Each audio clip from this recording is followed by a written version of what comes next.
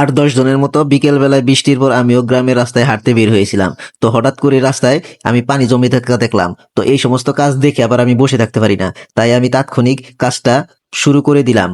মানে শেষ পর্যন্ত কাজটা করতে পারছি, এই জন্য আমি নিজেকে অনেক হ্যাপি মনে করেছি। হয়তোবা অনেকেই আমার পিছন থেকে বা সামনে থেকে সমালোচনা করতেছে, এইখানে কি করি আমি না করি, অনেকেই হাসাহাসি করতেছে। তো আমি আমার মতো কাজটি করতেছি। তো আমার কাজটি যদি ভালো লাগে অবশ্যই আপনারা লাইক কমেন্ট শেয়ার করে বেশি বেশি ছড়িয়ে দেবেন এবং আমাকে আরো বেশি বেশি কাজ করার উৎসাহিত করবেন।